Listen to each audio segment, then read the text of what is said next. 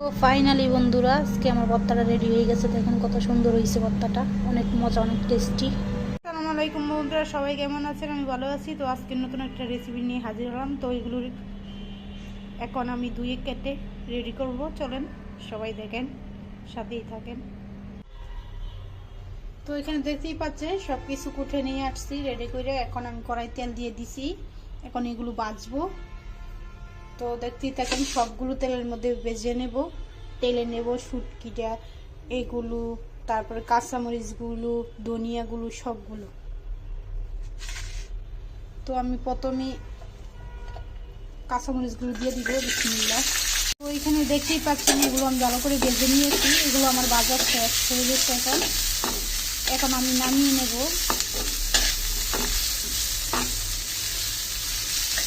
নামিয়ে এখন ধনিয়া পাতাটা শুটকিটা ভেজে নেব। শুটকিটা একটা খুব সুন্দর একটা সিস্টেম মতো রাখতে হয়, যাতে শুটকিটা গলে পড়ে না যায় বা নষ্ট হয়ে না যায়। তো সেটাও আপনাকে দেখাবো আপনাদেরকে। তো দেখেন আপনারা, এটা এখন আমি নামিয়ে নিচ্ছি। তো এখানে দেখতেই পাচ্ছেন কড়াইয়ের মধ্যে ধনিয়া গুঁড়ো দিয়ে দিলাম। তো এখানে আবার আমি শুটকিগুলো ভেজে নেবো। শুটকিটা শুটকিটা নিয়েছি, এটা ভেজে নেবো। ওইটাও দেখবেন কীভাবে যে আপনি। তো এগুলো একটু ভালো করে ভেজে নেবো, নেড়ে ছেড়ে যাতে পানি না থাকে সেরকমভাবে ভেজে নেবো।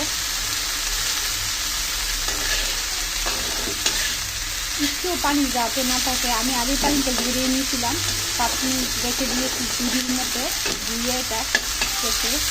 তারপরও যেই পানিটা আছে পানিটা আমি শুকিয়ে নেবো, নেড়ে ছেড়ে দেবো।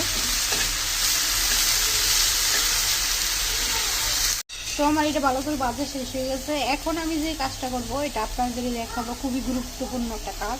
এই যে শুটকিটা, এটা আমি এই ধনিয়া পাতার উপরে বিছিয়ে দেব, যাতে এই শুটকিটা গলে না যায় বা কড়াইয়ের মধ্যে লেগে না যায়। এভাবে বিছিয়ে দিয়ে আমি 2 মিনিটের মতো ডেকে রাখবো। 2 মিনিটের কম ডেকে রাখলেও হয়, যাতে শুটকিটা সিদ্ধ হয়ে যায় এইভাবে থেকে। তো আমি একটা ঢাকনা দিয়ে ডেকে দেবো, আপনারা ওইভাবে ডেকে দেবেন। ডেকে দিয়ে 2-1 মিনিট পরে ঢাকনাটা উঠিয়ে এগুলো নামিয়ে নেবেন প্লেটের মধ্যে। তো আমি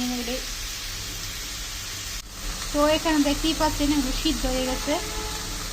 একটু পানি ছেড়ে দিয়েছিল, একটু পানিটাও শুকিয়ে নেবো। তো এখন আমি নামিয়ে নিব। পানিটা শুকানোর পর শিলপাটা দিয়ে এখন বেটে নেব।